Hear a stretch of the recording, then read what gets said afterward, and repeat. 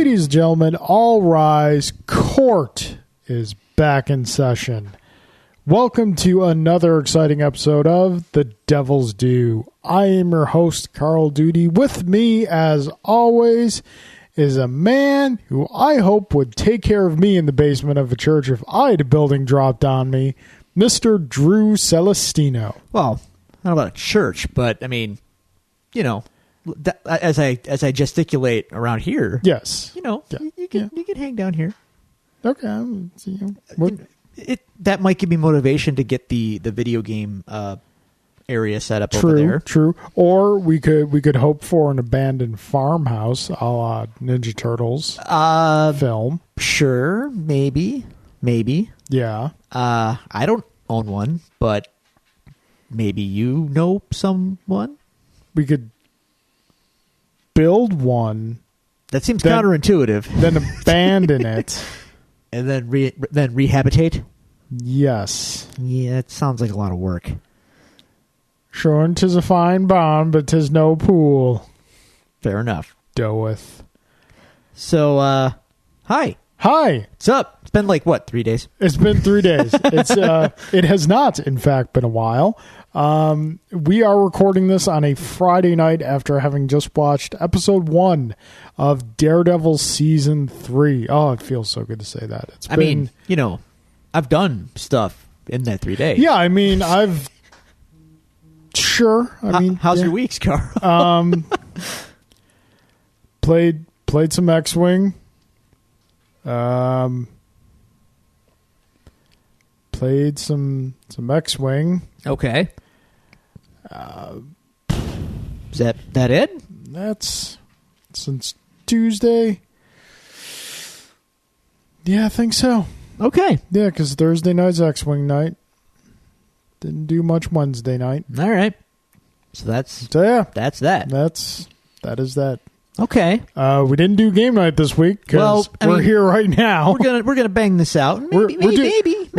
We're doing this retro Devil's Due style. Way back when we first started the show, when we recorded on Friday nights. Yeah, been a while. That's been a while. That has indeed been a while. So, but no, we're doing this because Julie and I have a commitment. We must meet on Tuesday, which is our normal recording time. So I said, hey, let's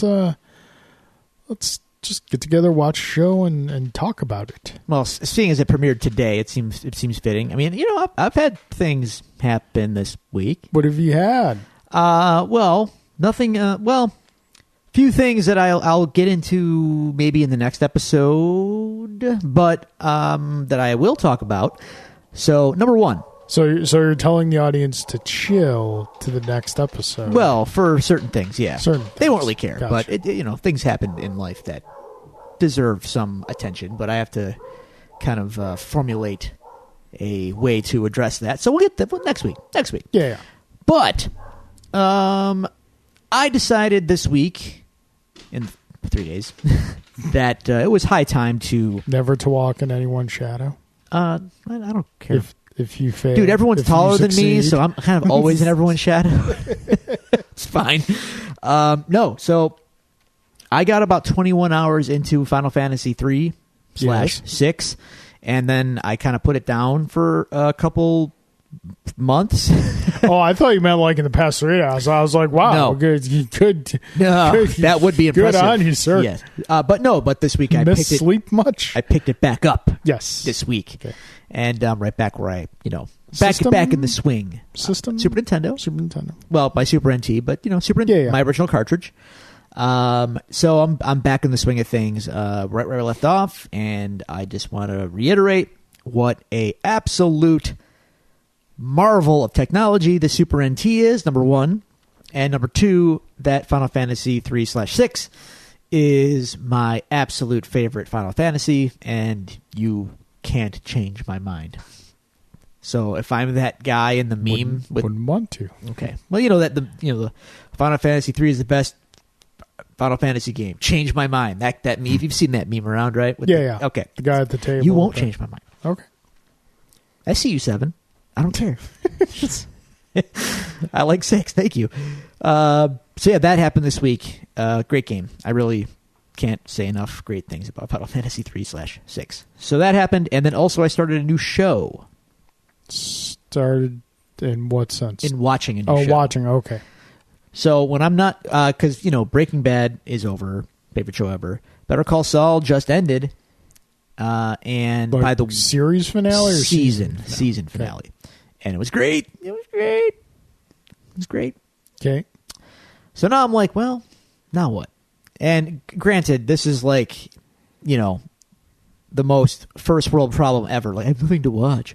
I don't watch a lot as it is, because to me, there's so much out there that it really has to stand out from the crowd. It either really has to stand out, or you have to have like a particular itch you want to scratch. Yeah. But it's October. We're nearing Halloween. Yep. And I'm not like by any means one of the horror aficionados that are out there, like the big fans that we've had on the show. Your friends. And hey man, if that's your thing, more power to you. I'm a little more casual. I'm a filthy casual. It's fine. Yeah. But I do enjoy a good scare and whatnot. So I've heard great things about The Haunting of Hill House on Netflix. Okay. So I started that this week. I'm 6 episodes in. This is a good show. Hour long or half hour? Hour long episodes. Okay. This show is worth your time. It's soap opera-y, thriller-y, and spooky. And it's good. It's pretty good. Okay. Well written, well performed, and I'm enjoying it very much. Is it The Haunting of Silent Hill House? No Silent Hill here. Will season 2 be The Haunting of Hank Hill's house? All the propane is gone. Followed up by season 3, Return to the Haunting of Benny Hill's house. Oh God, it's just yakety sax all over every episode. Oh God. So yeah, I would throw that out there if you have a little horror itch you want to scratch. The Haunting of Hill House is pretty good. Pretty good. We'll see if it sticks to landing, because that is the big the hallmark of any great show. It has to end well. But so far, 6 episodes in, and it's like, okay, this is good. It's cool because it takes place in kind of different time periods, and each episode after the first episode kind of lays out the overall story and plot. Yeah. And then each subsequent episode follows a character that you met in the first episode, and you get your different timelines again, but you also kind of you get to see different perspectives of things you have seen in previous episodes. And your perspective on those events changes. And it's like, oh, that's what happened. Gotcha. So, yeah, it's well done. Cool. I would put that out as a recommendation. Sweet. Mm-hmm. Mm-hmm. So, being it only a couple days since our last episode, we have no emails, but that's not going to stop me to tell you, dear listeners, where you can find us. Charles a pro. Consummate professional. If you want to reach out to us, send us some emails, or communicate with the show in any way, shape, or form, you can do so at the following locations. You can go to Twitter and follow us at Devils Do Pod. You can go to facebook.com/DevilsDoPod, toss our page a like. You can email us at thedevilsdopod@gmail.com, or you can find all these resources available to you on our website, thedevilsdopodcast.com. Actually, Drew, as I read these and I look at last week's news notes, did we miss something? Two things did come to mind for news. One thing that I kind of wanted to talk about last week, but just kind of fell by the wayside because it wasn't a major thing. The other one has happened in the past couple of days. Going back to a story we reported on last week, that of being Chuck Wendig being fired from Marvel. Yes. Marvel has since pulled Shadow of Vader from being released from its release schedule. Okay. So disappointing, but not unexpected. I shrug. I mean, So the other thing I wanted to talk about that I kind of forgotten last week, and I kind of alluded to it in our opening, is that... and then completely threw it by the wayside. Yeah. No, in the opening for this episode, is that it was announced last week that for the first time ever, the score to the original Teenage Mutant Ninja Turtles film is going to be available for purchase, and it's coming out on vinyl. Yeah. Which the packaging for the vinyl alone, I have no record player. I have no vinyl, collection of whatsoever. I would buy this because the packaging alone is just fantastic. It's that Kevin Eastman art, man. It's dope. Man, those original Turtles comics, we should talk about those sometime on the show. They have a look that is so unique. And the word raw comes to mind. It's raw, but there's and I'm not saying that in a bad way. No. It's raw, but it's refined. And it has a definitive, he has a very, very recognizable penciling style. Yes. And like the original comics look so cool. And this packaging for the vinyl that you showed me, man, like I love it. I love the look of those original Turtles comics. Yeah. They look so awesome. If I could quibble with it, it's accurate to the movie, so it's not wrong, but the nitpick in me with the art style is like, oh man, they should all have the same color bandana. Yeah. But it's okay. Yeah. But it's okay. All the red. I know. All red. Like it's not Peter Laird's artwork, but like the artwork for the original NES game. Yes. Oh man, as a kid that blew my mind.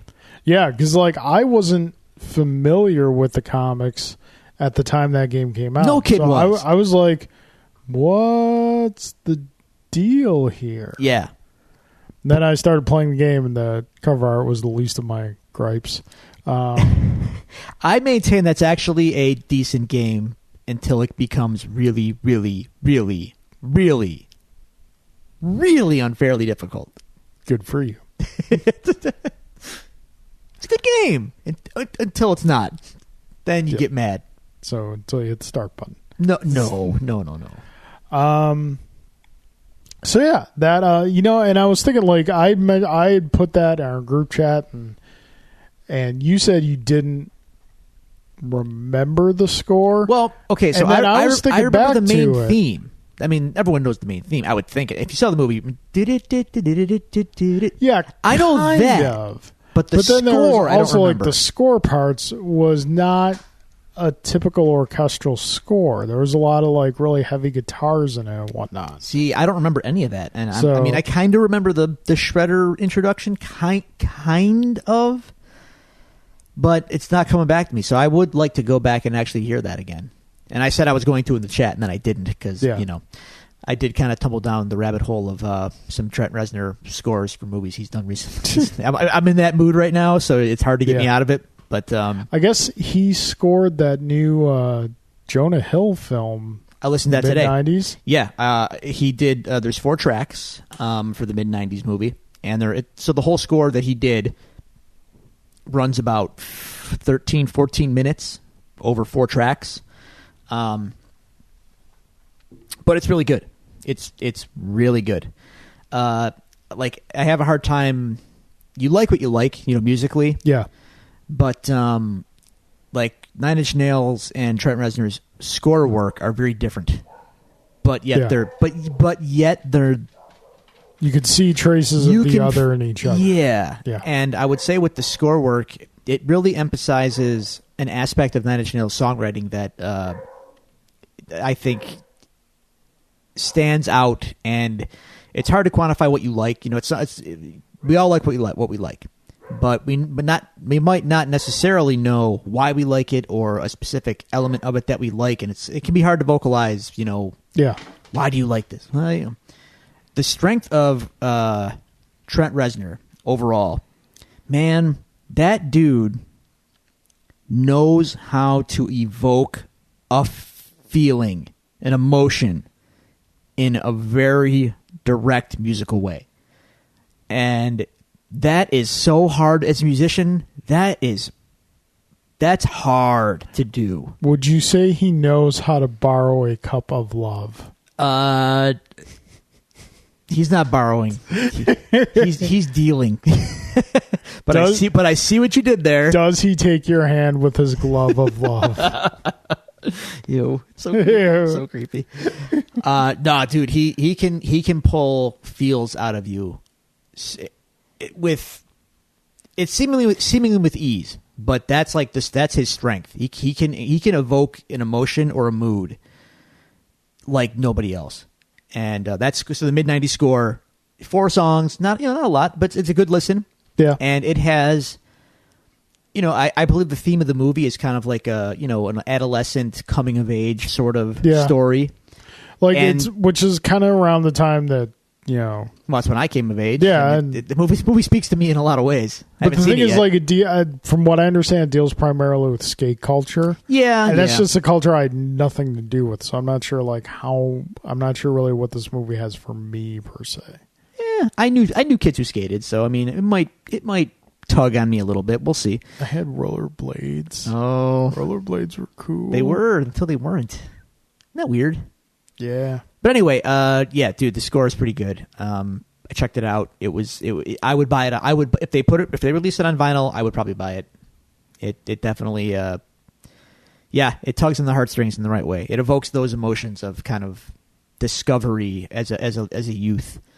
So, and again, that's so hard to do as a musician, to find a way to distill a feeling into a melody that can, do what you intended to do to the listener. So big ups on that. So, you might say that I'm really, if I wasn't before, I'm more so now like, so that Watchmen score, what's going to happen with that? What are we doing here? That, dude, honestly, I've been thinking about that like a lot. It's just funny how your interest in this project kind of went from 0 to 60 in a very short period of time. I wouldn't say it was zero. No, yeah, zero's not fair. You were at idle.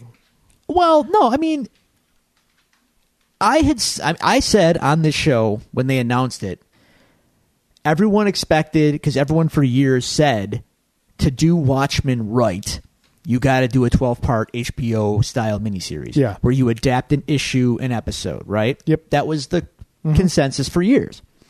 So when they said HBO's doing Watchmen, I think everyone assumed that's what they were doing. Yeah. And then, and I've had a lot of years with Watchmen, being a huge fan of it and digesting it. And I read it every year almost, pretty much, and I have for years.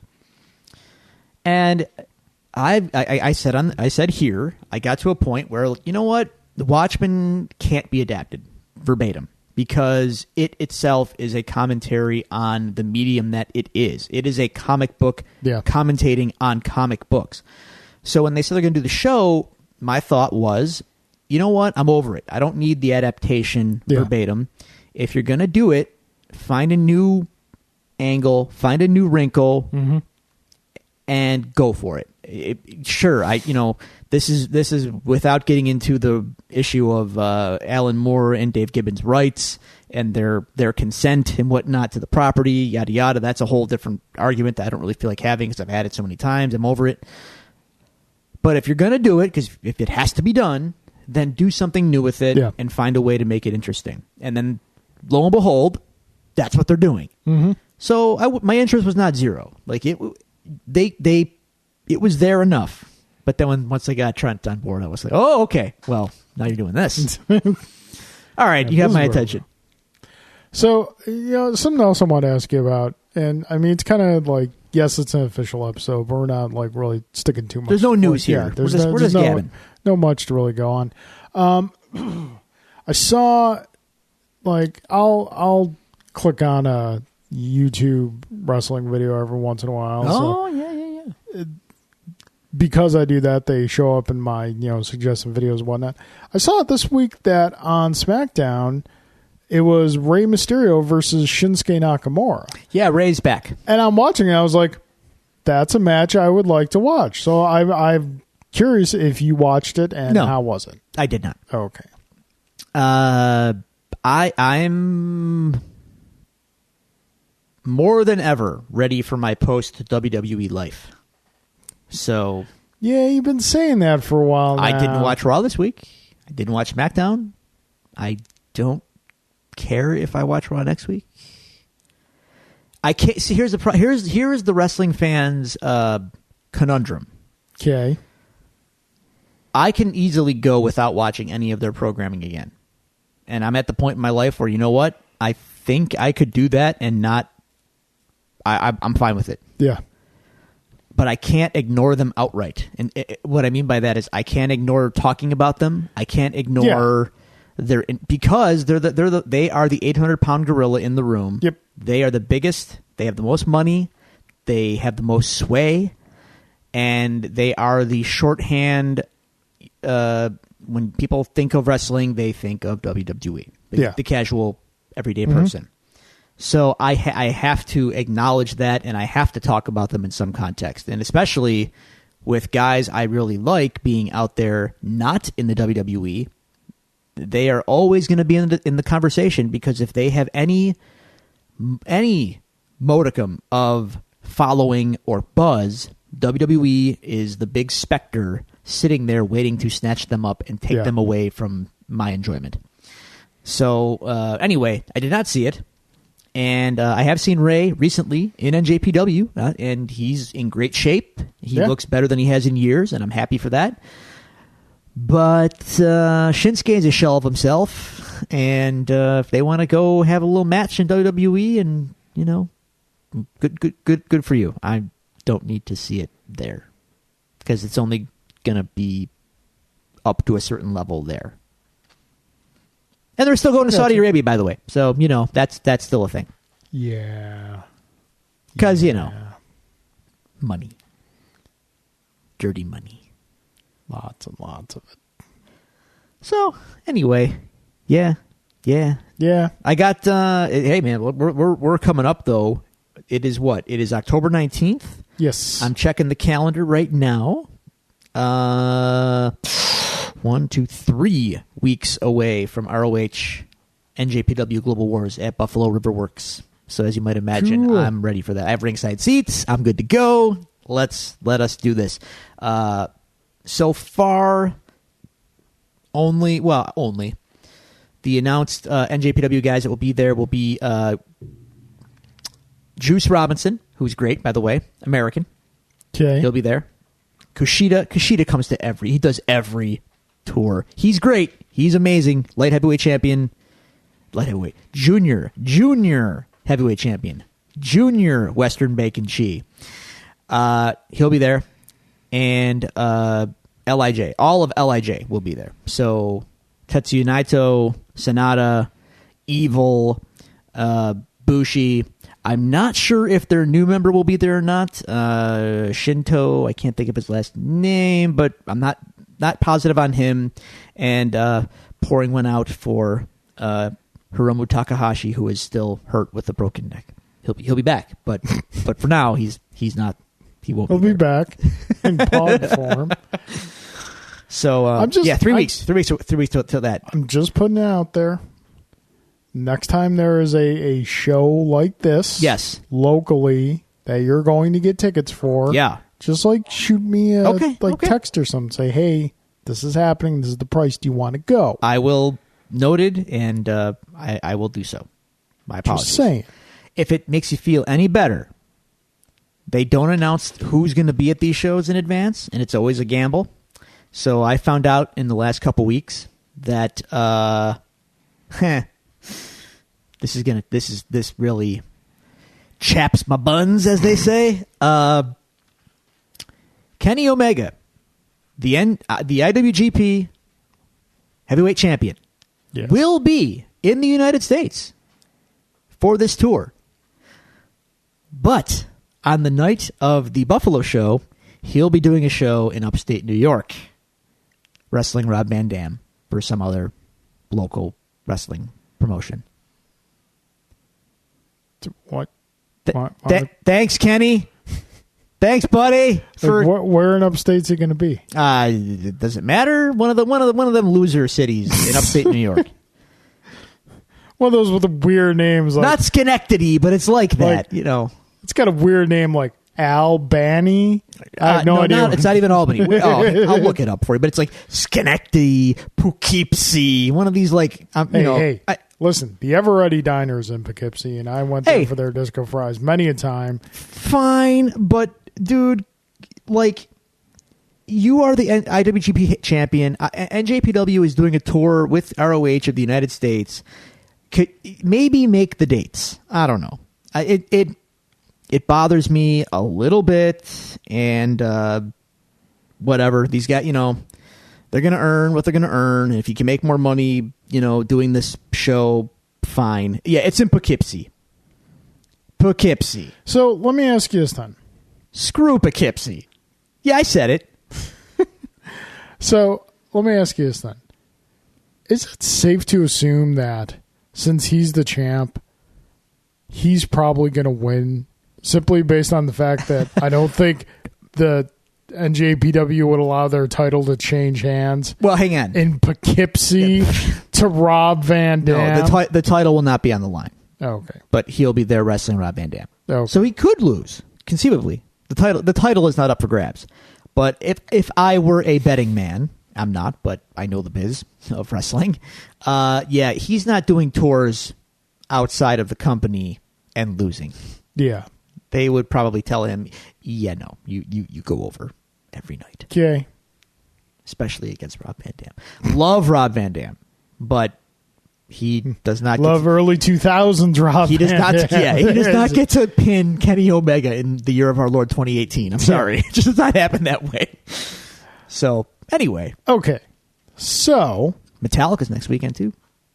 Where's Metallica? The KeyBank Center. Oh yeah, that's right. Yeah. Yay. Yeah. Yeah. I'm ready. Wow, that came up quick. It did. I'm This is my Metallica dance, Carl.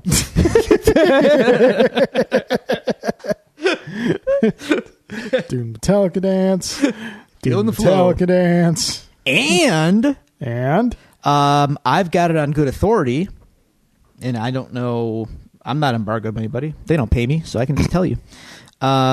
So my favorite brewery, Stone Brewing Company, San Diego, yes. Escondido, California, and also Richmond, Virginia, and also Berlin, Germany, and also Shanghai, and also coming up in Italy. I love what they're doing. Anyway, they have partnered with Metallica to make the Enter Night Pilsner. So that's going to be available. Look for that in the Buffalo area next week, before and after the show at local stores. But there will be let me get this right. There's going to be a beer release party at 716 on draft and in cans the night before the show. So Friday night, next Friday. So If you're hearing this episode on a Wednesday, 2 days from now. So it's 716, and then there's going to be an after party the night of the show at Masuda Chow's, and they're going to have cans and draft there as well. So be aware. That is what is up. Odds of Metallica showing up. Oh, zero. But the beer will be there. And more importantly, the swag will be there. And my friendly Stone representative has put aside some swag for me. So I take it you will be attending all of this. Oh, yeah. The Friday. Despite your hatred. So game night next week? Question marks, because I'm going to have to go to that 716 event and score some Metallica beer. I don't think it's a question mark. We're not going to be doing game night next week. No, I might show up, have a beer, and then if it's lame because it's 716, I might just take my swag and go. Okay. And then come play games. Because games are fun. Okay. All right. See, things happen. We talk. Things happen. We're smart. Yeah. We're buying the Death of Daredevil. Alan asked us today. Yeah. This is happening in the comics. Yeah. Sure. Comics. He'll be back. He'll be fine. Mm-hmm. He always comes back. He died before. Remember? the arc that I really hate with Andy Diggle, who he drove it into the ground with the Shadowland and all that business. Well, I mean, Matt kind of died, or he didn't die at the end of Shadowland. He just kind of became Bruce Banner from the TV show, doing a lonely man walk at the end. Well, it could be this. Maybe this is that. Yeah. He'll be back. See what happens. Okay, Breathe so easy. Speaking of, guys, there was no doubt in my mind that he would be back, but his absence sucks. Hey, I'm not reading a ton of Marvel right now, and that was one of the ones I was really enjoying. Yeah. Speaking speaking of Daredevil, as we mentioned, today is Friday, October 19th, which means the long-awaited, Season 3 of Daredevil has premiered. Drew and I just got done watching the first episode. So now we will dissect and then possibly go up and watch episode 2. I don't have papers to shuffle here. I don't have any papers to shuffle either. I just kind of wanted to watch it, enjoy it. It's not the same, but... Yeah, sure. We'll go with that. So, Drew, episode 1. What did you think? It's great. Yes. I missed it. I missed Daredevil greatly. Yes. And he's back, and I'm happy for it. Yes. So my snap, just before we get into the... He's back in broody form. Yeah. Before we get into the meat and potatoes, snap observations. Number 1. I mentioned it to you when we were watching it. So the intro credits, it's taken me this long to get to this. You know how it does that? Like, it does the pouring... We'll call it blood or wax. Or paint. Or whatever. Any number of things it could be. It's very, very moody. Still the best intro sequence. Well, it's the best. My favorite, ironically enough, is still Iron Fists. Iron Fist was good. Yeah. Music not so much, but the visual was good. Rest in peace, Iron Fist. Anyway, so it was such an interesting look in this Daredevil intro that it's taken me 2 seasons to think, like, they could have maybe tied that into, like, how he sees, like, when they do the Daredevil vision, which is very, very, very, very, very, very rare. I think they've done it 3 times total. I was going to say across twice. Okay. all the Netflix shows. I think they did it once in Defenders. Okay. So, yeah, that might have been a cool tie-in or a cool, like, hey, this is why this is what it is. But, no, it's just blood or paint just or really wax. Cool or looking. it just looks cool. Yeah. All right, fair enough. Second observation, it probably goes without saying, but maybe we don't say it enough. This show, I'm speaking as a fan, is so perfectly cast. Yeah. I immediately see Charlie Cox, and I just go, that is Matt Murdock. That is Daredevil. Yep. Like, that's him. Yeah. I see Foggy now more than ever. Yep, that's Foggy. We'll talk about that. Karen's great. Fisk is great. Obviously, D'Onofrio is. I really think he's just going to steal the season. He probably will. That's I'm fine. okay with that. His one big episode in season 2 still looms large. Yeah. When he threatens Matt, and like when he goes off, that is heavy. I love that scene to death. Yep. He's great in that role, man. So yeah, I'm so glad. Even like the little roles, like the priest. Yeah. He's great. Yep. Good character. Just gruff priest, cool, talks to Matt, knows his secrets. He's cool with it. Yep. This show is great. This is the crown jewel of the Marvel Netflix stuff. And I hate to say it, but like, especially coming out of Jessica Jones season 2, like Daredevil is their big boy. He's the guy that all this revolves around, and it shows. Yeah. Yep. You say crown jewel, the Netflix series. I mean, that goes without saying. I'm also willing to go so far as say one of the crown jewels of Marvel Studios as a whole, including the films. Seeing as he's the linchpin of this whole division, I mean, look, let's be honest. It could end tomorrow. Iron Fist ended, right? Yeah. Daredevil could end tomorrow. Please don't happen. But Please don't. But it could, and they could go on with Luke, and I'm sure they'd be fine. But they built all of this on Daredevil. Yeah. And like, if Daredevil doesn't work, none of this other stuff happens. I mean, probably. Yeah. I have to imagine if Daredevil tanked, they wouldn't be in a hurry to like order Luke Cage, Jessica Jones, Iron Fist. Yeah. We might have gotten a season 2 of Daredevil, and that would have been it. Maybe. But Daredevil did really well because it was executed to perfection. Yeah. And that makes me really happy as a fan because, he's my favorite character, and to see him adapted this way and treated with great care. I feel like they treat him with great care. They do. They really do. Really do. Shows. And that's awesome. That makes me so happy as a fan. So yeah, he's pulling down he's the anchor of like this whole Netflix side. So when you get into the big MCU pantheon, yeah, he's not making $1 billion in a movie, but he's pulling his weight. Yeah. And it is kind of a shame that we'll never get to see him rub up against Spider-Man or any of that. Like, yeah. It could be cool. It really could be cool. Really cool. Anyway. Really cool. So yeah. My snap reactions are just that. It just, like, yes, we got some Daredevil and Defenders, and that was great. Yeah. But just kind of seeing that world that was so meticulously built over 2 seasons of Daredevil come back and just kind of hit the ground running. Just the way they structured the episode, I was just like, oh, this feels good. This is why we started doing a podcast right here. Yeah. Not to say that they hit the ground running, but they also acknowledge, I mean, this spins right out of Defenders. Yeah, like literally it opens up with what happened to Matt at the end of Defenders. Right. Like getting, like, you see him, it almost feels like the opening of a James Bond movie, the way they were doing it. Kind of. But like you see, like he doesn't get crushed by the building. He gets, the floor crumbles and he finds his way into the sewer system. He gets washed away, yeah. Yeah. And side note, he would have so many infections from all those cuts and probably. It's little stuff like that they never address that always kind of sticks out to me. Like when he gets flushed out of the sewer pipe. Yeah.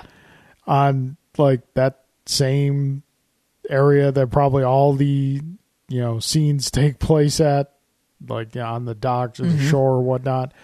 Like I'm just looking at those cuts, I'm like, he's got so many infections right now.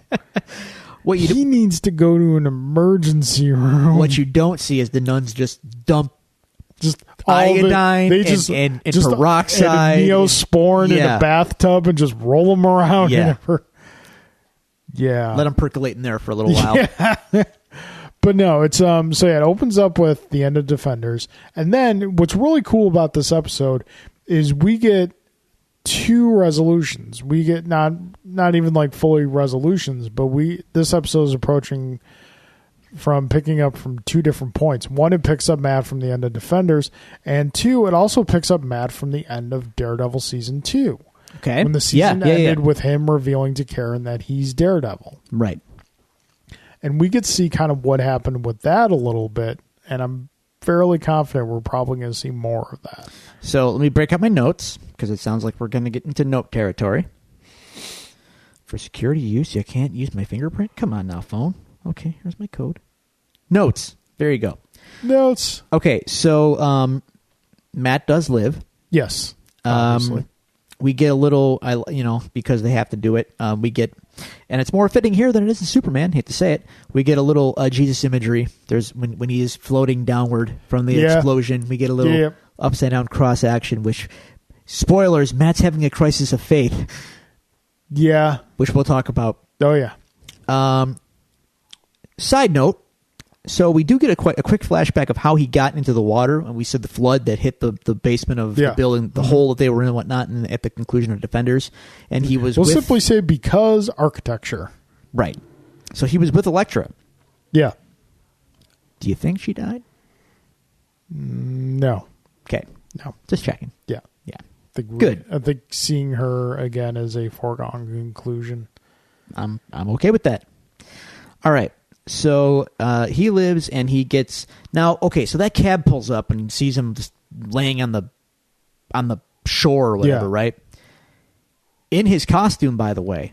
Although without the mask, it's not necessarily a given. Mask and like it's not designed in the way the traditional superhero costume is designed. Like without the mask, it doesn't look like a quote unquote superhero costume. It just looks like kind of like a tactical suit. Yeah, and maybe this is where the I've been asking for it, but I understand why they didn't do it. Maybe this is why the DD on the chest is not there, or would not be. Still rather have it there. I would too, but No, I get you. Might be a giveaway in the sense. So he grabs the cabbie and he says, "What? Take me to church?" No. He says, I believe he said the name of the priest and the name of the church. Okay. So, question. Yeah. Why there? Why not like Foggy Nelson?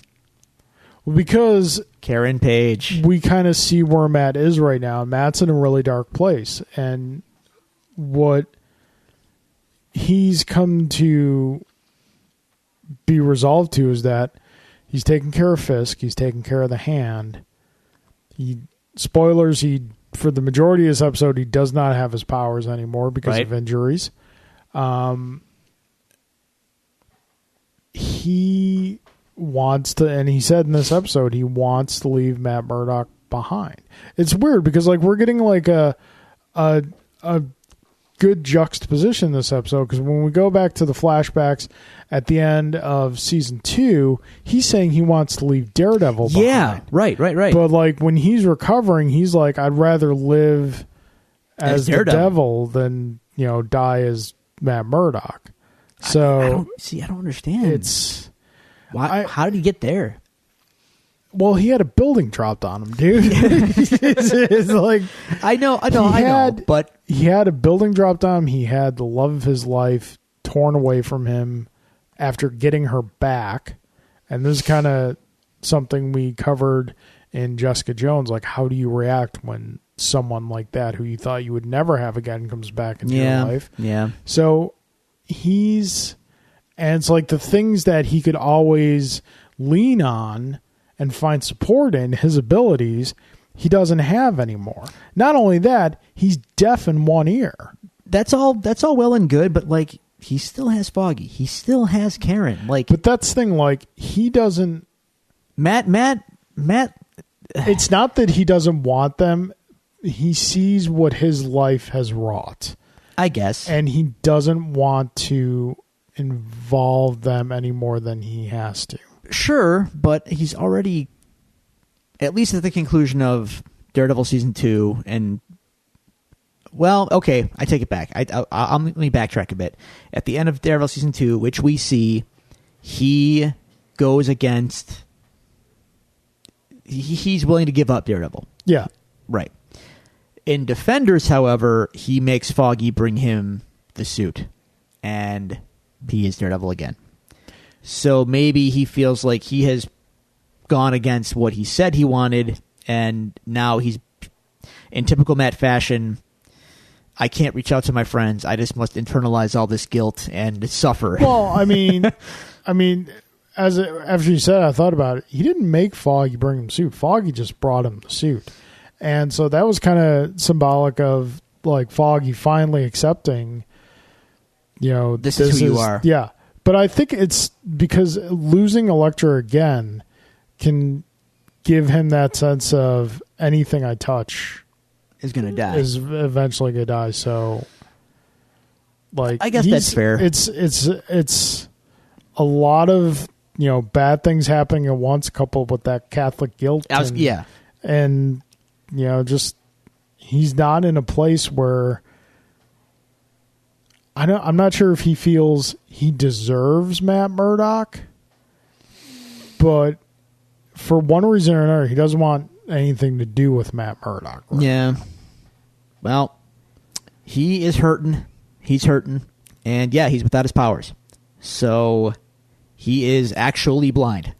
And is in the care of the Catholic Church as he's staying at the church and under the direct care of a nun, of a sister. Sister Maggie. Yes.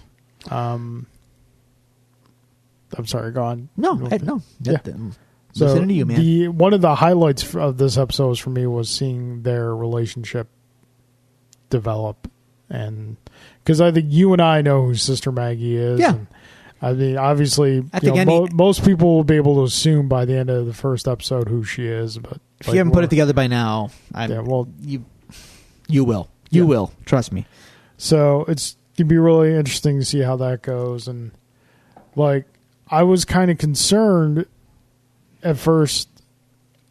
I was concerned that, oh, geez, they're going to play out this whole no powers thing for the entire season. I was a little worried about that. And then, no, they're not. Thanks to the wonderful invention that is the neti pot. He gets his powers back. That looked painful. For a time. Well, he gets them back, but he's still not without restriction. Yeah. His right ear is still a sensitive area. And we get the cool I love me a montage. Montage. And we get Matt relearning his powers. And dude, it's actually like kind of stirring. Like he's only without them for a little bit, but that like minute when he started putting his hand on the ground and feeling the subway cars, like when he realizes that that it's coming back, I was like, "Ooh, cool! All right, okay, okay, we're good. Let's go." It's exciting, yeah, and it's also a very cool. Like the thing about the show compared to like the movie, which is our only, aside from the comic, is our only place of comparison. Trial of the Incredible Hulk, sir. We talked about that once. We don't need to talk about it again. The show honestly doesn't do a ton with demonstrating his powers. No, it doesn't. Like we know, and I would argue they could probably benefit from doing a little bit more. Yeah. Like in this is season 3. In the 2 seasons we have, like we've gotten, like you said, only a couple glimpses of how he air quotes sees, and very little of like tactile. We don't get a lot. We're told a lot, and we understand, but we don't get to see it in action a lot. So like when he's doing that thing in the mirror, and he touches the mirror and he feels the vibrations for the first time, like it sticks out as like, oh, we haven't seen this. It's coming back to him. Yeah. This is how he always experiences things, and we're now seeing it. So it was pretty cool. Like, and then it kicks off the montage where like Matt's getting back in action. Like, okay, he's retraining himself to relearn what he has learned. And it's cool. Then he calls in the illegal sparring partner. And it's all going great until he gets punched in the ear. It's like Fight Club. Yep. Hit me in the ear. Hit me in the ear. And then Matt's senses go all akimbo, and he gets knocked out. Yeah. Let's talk about Fisk. Okay. Because Fisk is still in jail. He's kind of running jail. You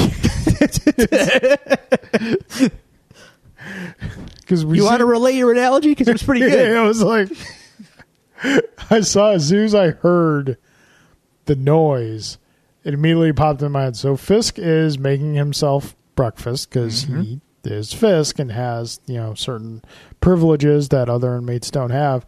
And everyone outside his room is just being like noisy and rowdy and whatnot. And then he just shouts for everyone to be quiet.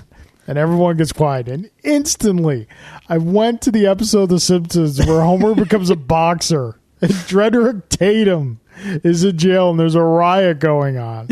And Dredrick Tatum's chill out. I was like, hey, guys, knock it off. Sorry, champ. Everyone just kind of stops and goes back. Yeah. Sorry, champ. It's like that. It was like that. I instantly thought that. So, greasy villain lawyer. Yes, I like that we have these little itty bitty minor characters that pop up in all the shows to tie it all together, like Turk and greasy lawyer. Yeah, the guy who was defending Mariah in Luke Cage, he is also Fisk's lawyer. Yes, yeah. He shows up with lawyer stand-in B. Sure, and they relay to Fisk that Vanessa, cannot come back to the country because she will be charged as an accomplice. Yes.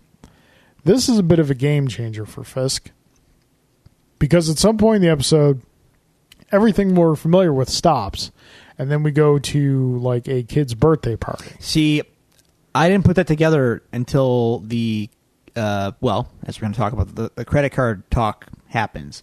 I'm like, who are these people? What are we doing here? What's going on? Someone screw up in the editing and we got like an episode of Ozark or something? Like, who is this who is this kid? Who is this guy? Yeah. Who is his wife? What are we doing? And so this guy is an FBI agent who his sister-in-law, has undergone a lot of chemo and cancer treatments and whatnot on his dime. And basically, he has maybe spread himself a little too thin. Yes. And he is in the red, badly. Oh, very much in the red.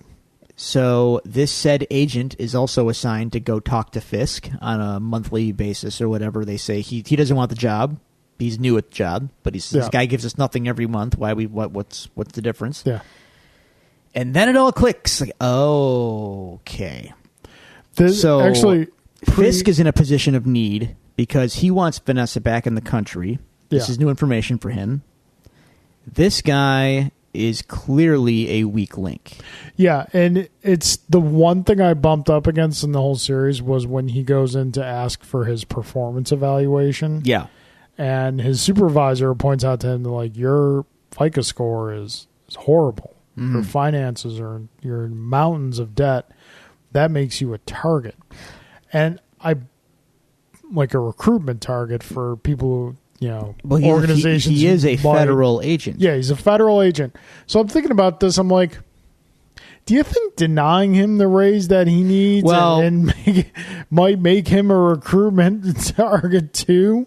The fact that she says, like, get your finances in order and then we'll talk. It's like, lady, he needs more money. You don't understand how financing works. Yeah, but to be fair, that's such a bureaucratic answer that I get it. It was just like one of those things, like the logic baffled me. You're looking for logic in institutions that often defy logic. Yeah. So this is the in. Yeah. He's in need. He's a federal agent. Fisk is also in need and sees a weakness. Or if he doesn't see it yet, he will soon enough. And I guarantee he's going to exploit that guy. And this is Fisk's ticket out. And if I had to guess, that Fed knows who Daredevil is. Or at least will find out who Daredevil is and reveal said information to Fisk. This is my prediction, by the way, for the season. I'm guessing that Fisk already knows. He probably does. Wait. Correct. Let me. We're terrible. We should know all of this, right? In season 2, when Matt goes to confront him, isn't it heavily implied he knows? No, it's not implied until like the end after Matt has left, and Fisk is kind of replaying the moment in his head and just kind of has a realization because there's a point where like Fisk throws a punch and Matt counters it. Okay. And then lands, a couple shots of his own. Then Fisk is starting to put, 2 and 2 together in his head. Then at the end, he asks for the file on Matt Murdock. Okay. So he suspects, but doesn't necessarily know. So I'm guessing at this point he knows. All right. Well, or heavily suspects. Yeah. He air quotes knows, but he doesn't know.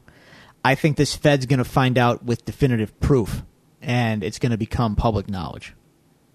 That's my guess. That's happened numerous times. Times in the comics. So that's why, it's got to happen eventually on this show.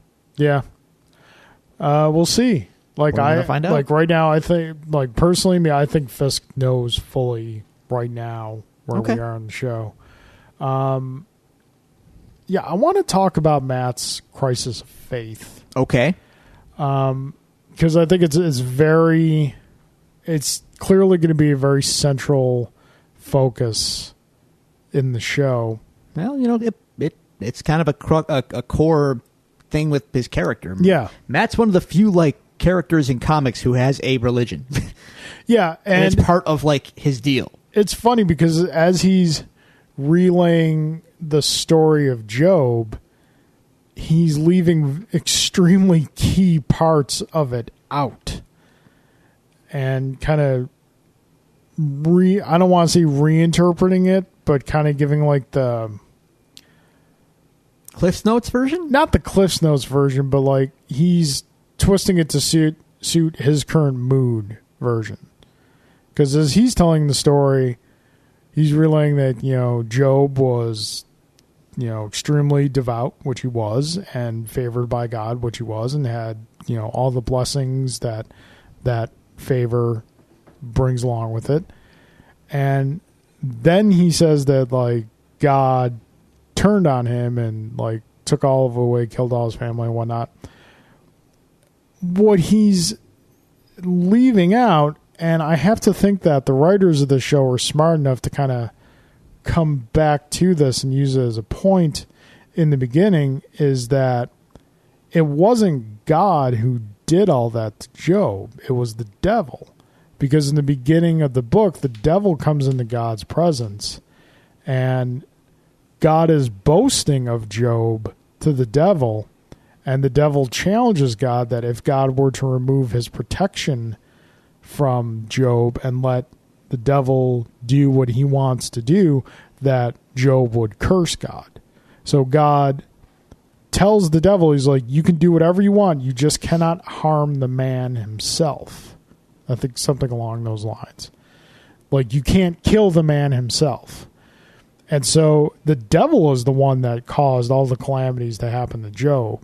And then Job turns around and starts to throw it back at God. So I have to think that, again, the show writers and the faith is so... And he's conveying this to a nun.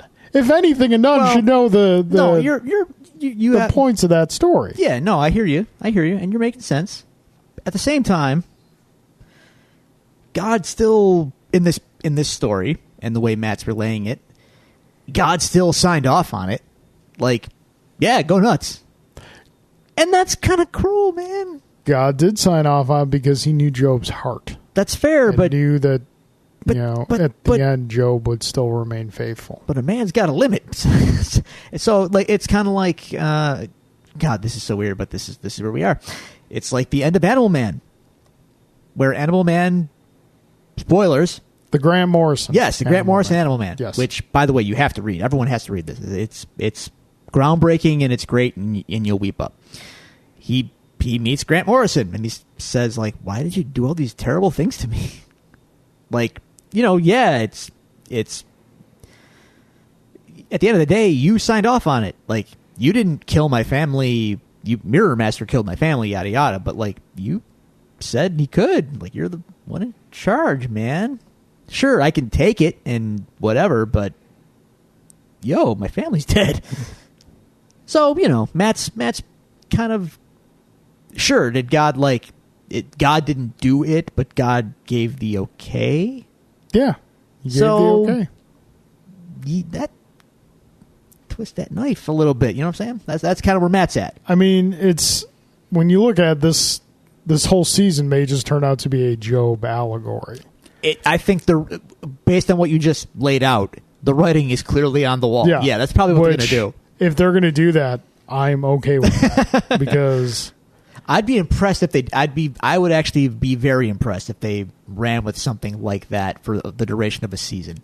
Because and I've spoken about my faith on the show before, and it's central to my life. And I have had my share of heartache and tragedy, and even in my most painful moment, even in the most hardest moment of defeat and heartbreak, which is probably discovering my father's body, I did not come close to the suffering Job endured, and that he remained faithful throughout. He wasn't perfect throughout, but he remained faithful. Is something that will be interesting to see how, if they are going with the Job allegory, how they decide to go about that. Because we see in this episode, there's the beginnings of the remaining faithful. Because Matt goes out at one point. Matt's kind of I'm glad I'm glad we got back to this. Matt goes out, in my opinion, with a death wish.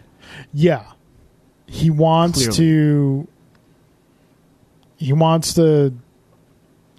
Matt's go down looking in to flames. suffer. He wants to go down in flames. He just wants like it to. He doesn't want to die as Matt Murdock, an old man, because you may be able to make the argument that he may feel that if he leaves Daredevil behind and just lives a life as Matt Murdock, it will not be a life of purpose, as much purpose, if Daredevil was still a part of it. Right. So it's like you said, he'd rather die as the devil than live as Matt Murdock, and he clearly tries to do that. Yes. Yeah. He gets rocked, and these guys are going to walk away, and he basically gives them a means to kill him. Yeah, like you see in a moment, like he's laying on the ground and he sees the stick, which is very like it's the Billy Club. Yeah, right. And you're like, oh, he's gonna pick up the Billy Club and go to town, and then like he picks up the Billy Club and just gives it to one of the guys and braces himself for the death blow, exposes his neck, right, showing him, hit me right here and it'll be all done. And, yeah. Even says in the last moments, God forgive me, because he's essentially committing suicide. And, by Catholic theology, that's a mortal sin. And right. Do not pass go. Do not collect $200. Mr. Mephisto is waiting over here for you.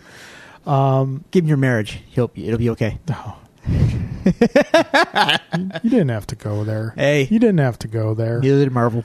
But they did. Yeah. Yeah, I know. But, so yeah, it's going to be an interesting journey. Yes. I mean, look, we already got one training montage of him finding his bearings. Yeah. He just has to go through another one where he's got to find the strength to be whole again. Yeah. And he will. I know he will. It's Daredevil. Of course he will. Yeah. And then he'll beat himself up over it later, and the cycle will continue, and that's Daredevil. I'm hoping... In a nutshell. I'm hoping, just because he was probably my favorite character from any time he ever appeared, I'm hoping we get a Stick flashback. We could. He's mentioned briefly. Yeah, Matt even says, like, Stick was right. Yeah. Warriors. In the end, Stick was right. Yeah. Warriors need to be alone. Yep. Yeah. We'll see. But overall, one episode in, I'm very happy so far with the direction, and I'm so happy the show is back, and I cannot wait to watch more. Me too. So that does it for us this week. We appreciate you joining us. If you'd like to send us any questions, send us your first reactions and thoughts to the return of Daredevil, by all means do so at the following locations. You can find us on Twitter. Follow us at Devils Do Pod. You can go to facebook.com/DevilsDoPod, like our page. You can email us at thedevilsdopod@gmail.com, or you can find all these resources available to you at our website, thedevilsdopodcast.com. Drew, that being said, any closing thoughts? No, I'm ready for more. Give me more Daredevil. The question is, will I house this whole season by the next time we talk? I don't know if I'll have time for that, but I think I'm going to be watching lots and lots of Daredevil in the next few days. Well, again, I have this other show I have to watch too. Juggling act. Yeah. But I'm so glad it's back. I'm just so glad it's back. No, Matt, don't leave us again. Please don't. All right, folks. Thank you so much for joining us. See you next week. Court's adjourned.